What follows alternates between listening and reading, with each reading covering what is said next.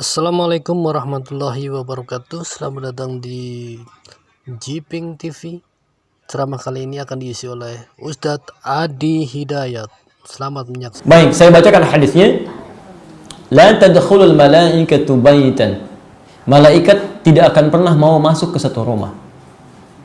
La tadkhulul malaikatu baitan. Malaikat tidak pernah mau masuk ke satu rumah. Ingat betul ini ya. Fihi kalbun. Fihi kalbun, yang di dalamnya terdapat anjing. Saya ulang. Yang di dalamnya terdapat anjing. Au suratun tamathil. Ya. Au suratun tamathil. Jadi satu anjing. Yang kedua surah tamathil. Surah tamathil itu ada yang mengartikan patung, ada yang mengartikan gambar makhluk hidup, gitu kan? Nanti kita lihat ya, kita lihat nanti.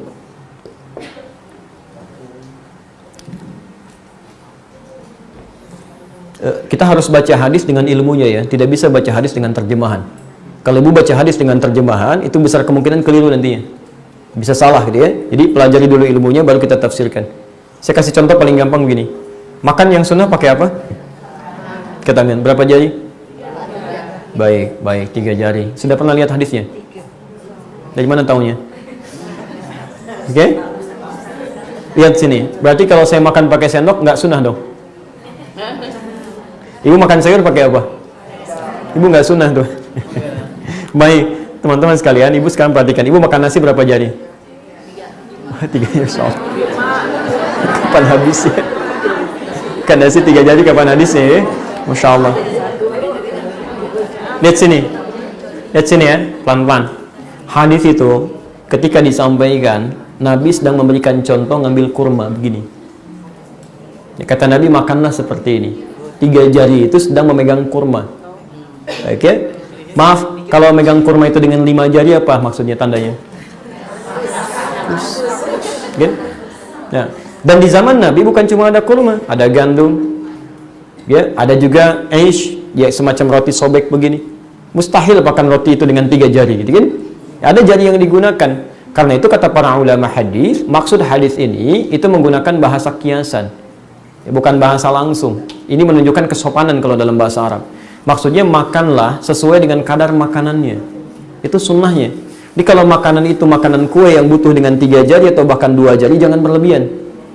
Ya, kalau misalnya Anda makan nasi, gunakan 5 jari ya. Ya, kalau Anda makan dengan sayur, ya gunakan sendoknya, gitu kan? Dan seterusnya, itu sunnahnya. Nah, ini yang saya maksudkan, tidak bisa kita melihat hadis hanya sekedar lihat terjemahan bisa disimpulkan hadisnya. Jelas di sini? Baik, salat sunnah yang terbaik lakukan di mana? Tuh, belum selesai sampai situ hadisnya. Belum selesai, nggak pakai oh juga dia. Oh, enggak, belum selesai. Baik ya? Lihat kalimatnya, wa baiti huna, kata Nabi, rumahku di sini.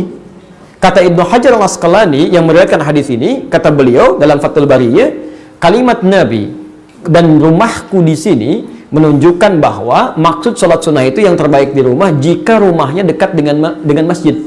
Ya. Rumah Nabi di mana? Di masjid. Ya. Rumahku di sini, rumahku di masjid. Jadi dekat dengan masjid, yang terbaik tunaikan di rumah supaya tempat sujudnya semakin meluas. Tapi kalau ibu misalnya rumahnya jauh dari masjid, ibu orang Rawamangun, pengen ikut kajian subuh di Bekasi, sholat sunnah di sini, kapan nyampe ke sananya, gitu kan? Gak akan nyambung. Nah, itu nanti ada beberapa turunan-turunan hadis, dan di sini kasusnya banyak sekali. Ya. Nah, saya mau turunkan ke pembahasan kita. Sekarang lihat, ada kalimat anjing di sini. Hampir tidak ada perbedaan pendapat di kalangan ulama. Ya, bahwa yang dimaksudkan ada kalimat fihi di dalamnya, di dalam. Jadi di satu rumah di dalamnya ada anjing. Ya, bukan yang dimaksudkan anjing penjaga gitu. Ya, bukan dalam konteks ini. Walaupun ulama memandang makruh keadaannya sekiranya tidak sangat dibutuhkan. Sekiranya jika sangat tidak dibutuhkan. Ya. Jadi di sini maksudnya ada kalimat fi itu di dalam. Dia ada orang yang piara anjing atau anjing tanpa sengaja masuk ke dalam rumahnya. Karena ada riwayat nanti Jibril akan datang kepada Rasulullah, tapi kemudian dia tidak masuk, ditunggu oleh Nabi. Kenapa gitu kan? Ketika kemudian Nabi lihat ternyata ada anak anjing masuk ke sela-sela ranjangnya. Ya, kata Nabi, dari mana itu bisa masuk? Dia diketahui dikeluarkan. Ketika dikeluarkan baru malaikat turun. Jadi jangankan malaikat Mikail, malaikat Jibril pun tidak mau turun kepada Nabi saat itu karena di dalamnya ada anjing. Ya. Apa yang bermasalah dari anjing? Kata para ulama, lihat sini ya. Ini yang saya maksudkan penafsiran hadis. Pertama, ada yang mengartikan anjingnya sebagai hewan. Nah, kedua, ada yang lebih dalam lagi mengamatinya. Ya. Yang dimaksud dengan anjingnya yaitu najis yang melekat pada liurnya. Ya, najis yang melekat pada liurnya. Sesuatu yang kotor. Ya. Kenapa disebutkan dengan anjingnya dalam kalimat ini? Karena bahkan kita tidak bisa mengetahui kapan anjing menjilat tubuhnya. Sehingga liurnya menempel dalam tubuhnya. Kemudian dia duduk di kursi, duduk di tempat, masuk kemana-mana, jilat yang lain. Maka kotoran-kotoran ini menyebar, sehingga menjadikan malaikat tidak senang turun ke tempat yang kotor atau bahkan bernajis. Ya. Orang yang mengartikan anjing saja, maka dia akan membatasi yang penting gak ada anjing di rumah. Tapi orang yang mengartikan liur atau kotoran atau najisnya, dia memperluas. Malaikat pun tidak akan turun ke tempat yang tempat itu kotor sekalipun tidak ada anjingnya. Ya. Jadi hati-hati Bu ya, hati-hati. Tempat-tempat kotor itu nggak mau malaikat turun. Itu tempatnya setan, tempat jin. Ya, tempat jin, tempat yang nggak pernah digunakan untuk berzikir, tempat yang kotor tidak pernah dibersihkan, itu yang turun paling jin. Makanya suasana ibu masuk ke rumah kosong yang tidak ada penghuni, suasana masih kotor dengan rumah bersih itu akan lain. Saat masuk aja udah beda. Nggak percaya silahkan ibu masuk ke rumah biasa gitu kan, tenang gitu, nyaman. Ketika masuk ke tempat yang kotor, suasana sudah lain. Sudah bau nggak enak, perasaan nggak tentram dan sebagainya. Jelas di sini? Nah, ini bagian yang pertama. Ya. Jadi ini malaikat tidak senang turun ke tempat-tempat demikian. Jadi kalau misalnya ibu ingin disinggahi malaikat tempat rumahnya, selain digunakan berzikir maka bersihkan, gitu kan? Dari yang kotor-kotor, dari yang tidak baik dan sebagainya. Kami di rumah coba praktekkan, ya itu beli speaker aktif Bu ya. Yang speaker aktif kemudian diisi dengan Quran aja gitu. Kita padukan, berusaha untuk menjadikan rumah bersih plus dengan ada nuansa zikirnya. Di saat kita nggak bisa baca Quran pun kita dengar bacaan Quran tuh. Itu Masya Allah, suasananya lain Bu. Enak gitu. Ya. Kita bikin di kamar. Jadi saya sekarang pun nggak ada di rumah atau kosong pun, itu Qurannya muter terus. Satu kali pernah saya matikan. Begitu dimatikan, itu suasananya lain. Ya, enak gitu. Ya, masuk tuh kayak biasa. Ya. Tapi ketika Quran dinyalakan lagi ada ketenangan. Ya. Ibu bisa coba misalnya silahkan ya, ambil. Atau misalnya ambil aja misalnya di handphonenya, bacakan Quran, ya misal ibu bacakan itu dengan handphonenya gitu kan, lalu anda keluar masuk lagi itu suasana sudah lain, ada kenikmatan di situ, dan kadang-kadang jadi pengingat. Saya pernah pulang malam sekali, sekitar jam 12 lebih gitu kan, saya ke rumah itu Qurannya masih muter, itu sampai saya tunjuk itu, kamu tidak dihisab sampai malam ini masih bisa baca, saya malam ini belum baca gitu kan. Kemudian kita tepikan, kita ambil wudhu, kita menghadap kiblat, kita bacakan. Kita di situ bermuhasabah, gitu kan? Masya Allah yang nggak dihisab, kamu terus baca, padahal engkau tidak ditanya sama sekali. Masa saya yang ditanya, dihisab dan jelas antara surga dengan nerakanya mana yang bisa jadi pilihan, tidak bisa memiliki amalan untuk pulang. Itu jadi pengingat dalam kehidupan kita. Ya. Yang kedua, gambar atau patung di sini. Ya. Di sini ulama ada khilaf, terbagi pada dua bagian. Khilafnya sangat ringan sekali. Ya. Yang pertama tadi yang tekstual, pokoknya gambar apapun, patung apapun nggak boleh gitu kan. Ini biasanya yang terlalu berhati-hati dia. Pokoknya setiap ada gambar, setiap ada apalagi patung macam-macam, maka itu berusaha untuk ditepikan, hilangkan. Ya. Yang kedua, menelusuri dulu maksud hadis ini kemana dengan membaca hadis-hadis yang lainnya. Ternyata ketika diperhatikan, ya, ibu di antara istri Nabi ada Sayyidah Aisyah. Ibu kenal? Kenal di mana? Luar biasa. Cuma di sini yang kenal Sayyidah Aisyah, ini tidak. Baik. Sayyidah Aisyah itu ya, putrinya Abu Bakar, istrinya Nabi SAW, itu dalam keadaan kecilnya itu masih pernah bermain dengan boneka dumyah, boneka kuda-kudaan. Oleh Nabi dibiarkan. Padahal kalau kita lihat konteksnya ke sini kan itu termasuk bagian dari yang dimaksudkan di sini gitu kan. Kalau lihat secara tekstualnya. Tapi nanti setelah berumah tangga, beliau pasang sesuatu, kata Nabi sobek itu, nggak usah ada di sini gitu kan. Jadi ada sesuatu yang diperkenankan, ada yang tidak. Ketika dilacak oleh para ulama, kapan Nabi memperkenankan, kapan tidak.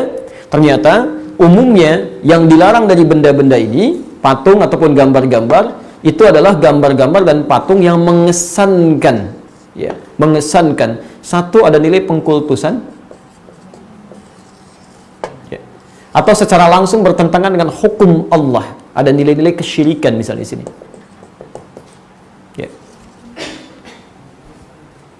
Awas, hati-hati ya. Atau minimal yang punya sifat makruh, membuat kita malas mengerjakan sesuatu. Ya. Misal, maaf ya, kalau orang tua mungkin masih bisa mencerna mana yang terbaik, mana yang harus dibuang. Tapi kadang anak-anak kan suka tempel macam-macam, gitu kan? Idolanya misalnya artis A, atau idolanya pemain sepak bola B, dan sebagainya, gitu kan? Begitu dia lihat itu jadi semangat, nah itu yang tidak boleh. Ya, jadi seakan-akan benda itu diposisikan memberikan inspirasi seperti benda hidup. Itu yang keliru. Ya, maka dari itu kemudian Nabi pernah melarang tato, ya, dan sampai hari ini larangan berlaku.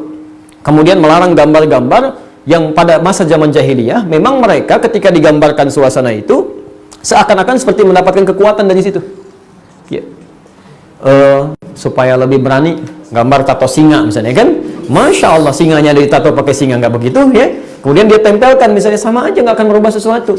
Ya. Supaya lebih tampil begini, gambarkan ini, gambarkan itu sangat dilarang. Ya, sangat dilarang. Sama dengan Anda panjang misalnya. Ya, ada foto fulan, foto tertentu, begitu dilihat, duh, bagus ya, seperti ngelihat kita, misal gitu kan? Nah, itu sesuatu yang sudah keliru. Ya. Apalagi kalau sudah sampai dikultuskan. Ya, dikultuskan misalnya kan? Dengan foto tertentu, seakan-akan ibadah menghadap ke situ, macam-macam dan sebagainya, doanya mohonnya ke situ sehingga tidak nyambung gitu kan? Nah, ini hal-hal yang dilarang. Ya. Kalau sudah sampai ke sini, ini yang paling bahaya. Ini yang paling bahaya. Dan tidak ada bedanya dengan zaman jahiliyah saat patung-patung dikeluarkan. Ya. Jadi di sini ulama kemudian yang kedua berpendapat, kalau sekiranya ada gambar-gambar yang melahirkan manfaat yang memang dibutuhkan untuk maslahat hidup manusia, itu ma'fu'anhu sifatnya, boleh digunakan. Ya, seperti misal saya beri gambaran, ini tegas ya, ulama di sini tegas sekali. Saya beri gambaran kayak anak-anak misalnya, atau fakultas kedokteran, atau di biologi yang menggunakan rangka misalnya untuk kepentingan penelitian, itu boleh. Sah hukumnya. Ya, tidak digunakan pada yang lain. Ya, ada rangka malam-malam dibawa ke rumah orang, disimpan di tengah-tengah itu kan, diajak tahajud. Nah, itu salah, ya. Tapi kalau dia simpan di lab untuk penelitian, untuk menerangkan alurnya ke sini, alur ke sini, itu sah hukumnya. Boleh, nggak ada masalah. Ya. Atau juga misalnya gambar kita, foto yang ada di KTP, ada di mana, di paspor, gitu kan? Atau ingin mengenalkan kepada anak dan sebagainya, itu nggak ada masalah di situ. Atau kepentingan penyidikan, ya, bagaimana gambaran orangnya? Pokoknya begitu, Pak. Tolong dilukiskan. Saya nggak bisa gambar, nggak boleh, haram hukumnya. Ya, nggak akan ketahuan orangnya, akan ketahuan, gitu kan? Ya, jelas sampai sini ya. Baik, jadi hal-hal yang sifatnya darurat atau jadi kebutuhan maslahat kehidupan itu masih boleh digunakan sepanjang tidak bertentangan dengan hukum-hukum ini. Jelas saya kira, insya Allah.